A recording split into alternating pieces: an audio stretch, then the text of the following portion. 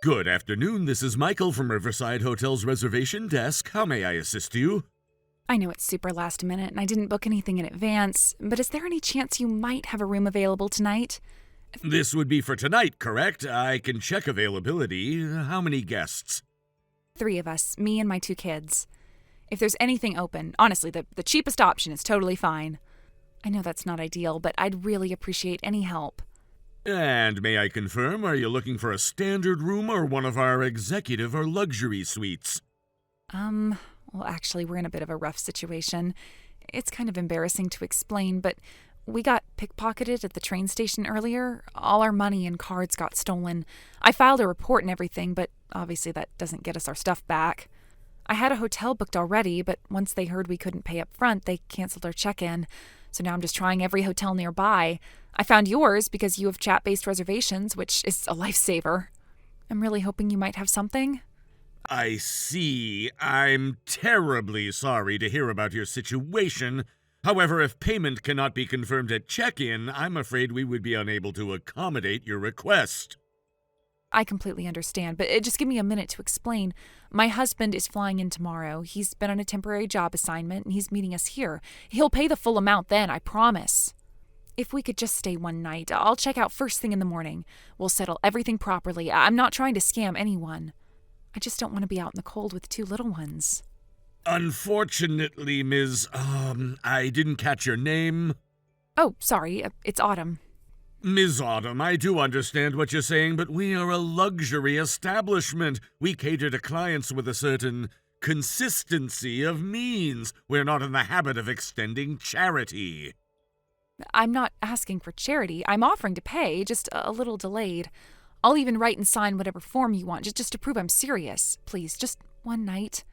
Be that as it may, we cannot run a business based on verbal assurances. It's a slippery slope. Anyone could walk in claiming hardship and promising future payment. I get that, I do, but we're not just anyone, we're a family.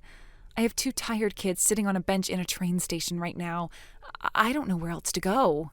I'm sorry, but persistence won't change policy. We are not some roadside inn that operates on IOUs.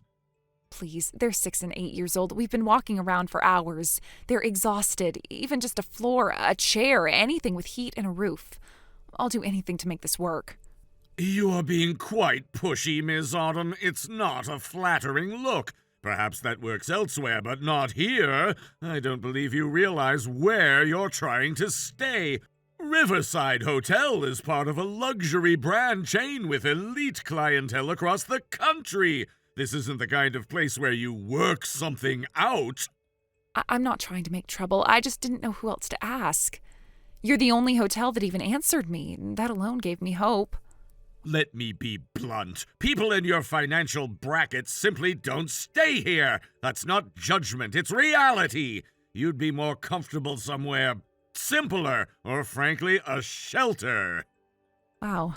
Okay. Well, I didn't expect kindness, but I also didn't expect to be talked down to like that. It's not personal, it's practicality. We've dealt with guests who vanish without paying, and it's always the same type. Begging, promising, then gone by morning. That's not me. I'm not trying to trick anyone. Just trying to make it until tomorrow morning.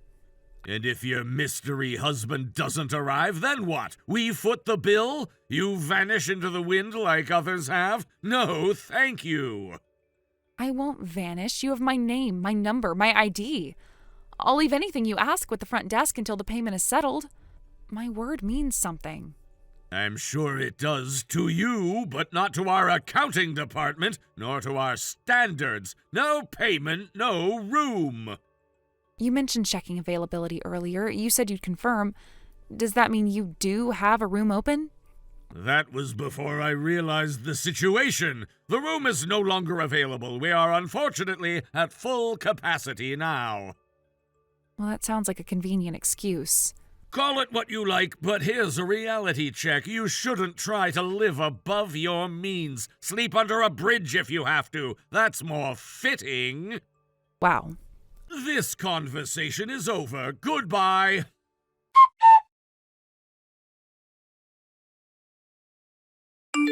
This is Michael from Riverside Hotel Reservations. How may I help you? I'm not sure if you'll remember me, but we chatted here a few nights ago. I reached out about booking a room on short notice. You'll have to be more specific. We get a lot of late-night inquiries. It was around midnight, 3 days ago. I asked if you had any rooms for me and my 2 kids. I said we'd just been pickpocketed. Oh, right, that one. The sob story. You said you had no money and expected us to put you up anyway. I asked if there were any affordable rooms available, and you told me to go sleep under a bridge. I see, so you've returned to lodge a complaint then. If that's the case, you should contact the local Department of Transportation. They handle bridge complaints. If you're expecting compensation from us, however, I can tell you that our policy doesn't cover people who never actually stayed with us. I'm not here to complain. I'm here to introduce myself properly. I wasn't exactly upfront with you last time. What's that supposed to mean? My name is Autumn Rivers. I'm the general manager overseeing all Riverside Hotel Group properties nationwide. I'm sorry, you're what? The general manager. I report directly to the board of directors. No, that doesn't make any sense. That's not possible. You were saying you got robbed. You were begging for a room. That wasn't real? That's correct. It was a test. A fabricated scenario. I was conducting a surprise audit. A what? You lied? That whole story was fake? Right again. The story of being stranded was part of a service quality audit. I wanted to evaluate how staff members respond to vulnerable last-minute guests, especially through digital communication like this chat system. You're serious right now? You just made that whole thing up? What kind of person does that? A manager who wants to know what actually happens when no one's watching. This wasn't random. We recently introduced this chat booking tool across the company. I wanted to know how well it was being used, not just logistically, but ethically. I don't believe this. So you tricked me into thinking you were some desperate traveler with no money just to test me? 3 for 3. That was the point. To simulate a difficult situation and see how our staff react. This is ridiculous. You can't just pretend to be poor and desperate and then say, "Surprise, I'm corporate." That's manipulative. What's manipulative is pretending that your behavior was justifiable. This wasn't about catching someone in a lie. It was about revealing how you treat people you think can't fight back. I gave you a scenario. What you chose to do with it was entirely up to you. And what you chose was cruelty, mockery, classist rhetoric. Okay, hold on. Let's calm down. Let's just breathe for a second. There's no need to jump to conclusions. I didn't mean anything personal. I was doing my job. You weren't doing your job, Michael. You were abusing your position. There is nothing in the Riverside Handbook that authorizes staff to belittle guests or make personal judgments about their worth. So what, you're going to fire me over this? Over one bad conversation? I've worked here for years. I've got nothing but excellent reviews. And yet in one interaction, you managed to completely undermine the values we claim to uphold. This isn't about years worked. It's about what you revealed when no one was watching. You are being provisionally terminated. Final decision will come after full review by upper management, but I've submitted my findings. You can't be serious. This is going to ruin me. You're going to destroy someone's career over one chat message? You weren't punished for one message. You were evaluated on your character, and unfortunately, it failed the test. Please, there has to be another way to handle this. A warning? A write-up? Something less extreme than termination? I was caught off guard. And the guests we serve often are, too. Emergencies and unexpected situations are when we're supposed to rise above, not collapse into cruelty. Ms. Rivers, please, I'm asking you as someone who's worked here for years, don't let this one misunderstanding end everything. This wasn't a misunderstanding. It was a display of your values when no one was watching. And it was unacceptable. I honestly thought it was a prank. I wouldn't have said any of those things if I knew who you were. I thought someone was just wasting my time. So if I had actually been poor and desperate, then what? I deserve to be insulted, mocked, told to go sleep outside? No, I mean, of course not. I didn't realize. I didn't think you were a real guest. Every person who contacts us is a real guest until proven otherwise. And even then, there's a standard for how we speak to people. Look, I know I came off harsh. I panicked. I felt like someone was trying to scam the hotel. You have to understand, we get weird messages all the time. That's not an excuse. Our training materials couldn't be clearer.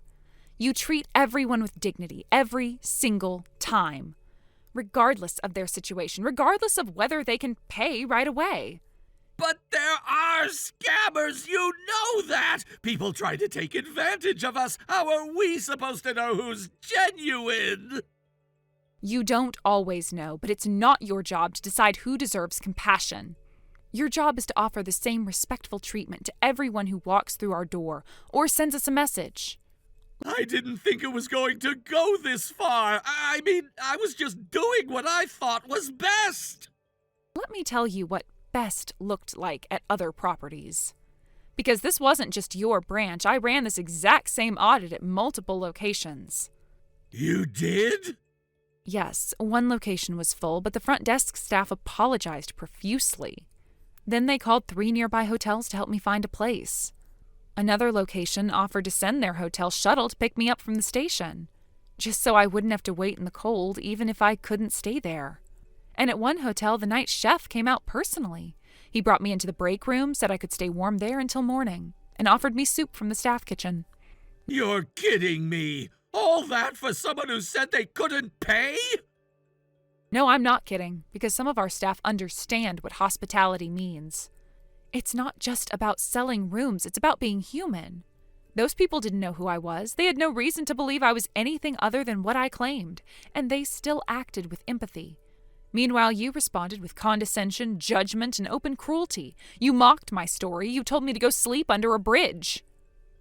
I wasn't thinking straight. I was exhausted. My girlfriend had just broken up with me, and I'd picked up extra shifts to distract myself. I was running on no sleep. It wasn't personal. Well, let me stop you right there. Professionals don't take out their bad day on customers. We don't get to lash out just because we're hurting. That's not how this works. You weren't just rude, you were cruel, and you made it clear that your default setting when no one is looking is contempt. I swear that's not who I really am. I just had a lapse, a really bad moment. Then I suggest you reflect on why, when faced with someone vulnerable, your instinct was to kick them down instead of offering a hand.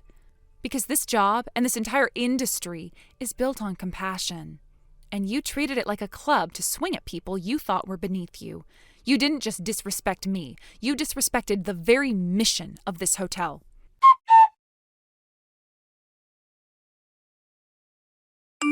A few days after our chat, I visited the Riverside Hotel in person. I brought 2 senior executives with me and printed copies of the entire conversation. When I passed them out at the meeting, the room went quiet. No one needed clarification. The tone, the arrogance, the cruelty, it was all there in plain text. I had every intention of firing Michael on the spot, but before I could even begin my prepared statement, he dropped to his knees, not figuratively, literally. He apologized over and over, voice shaking, eyes glassy. He didn't make excuses this time. He just asked for a chance to make it right. Against my better judgment, I gave him one. He was demoted immediately and ordered to repeat our full new hire training from day 1. Not a refresher, full onboarding. He would relearn what he clearly forgot.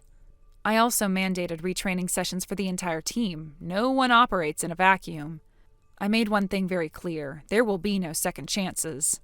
Since then, I've watched him closely. No complaints, no sulking, just quiet, focused effort.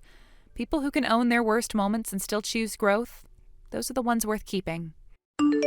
Thank you for watching. Please subscribe and hit the like button. See you next time.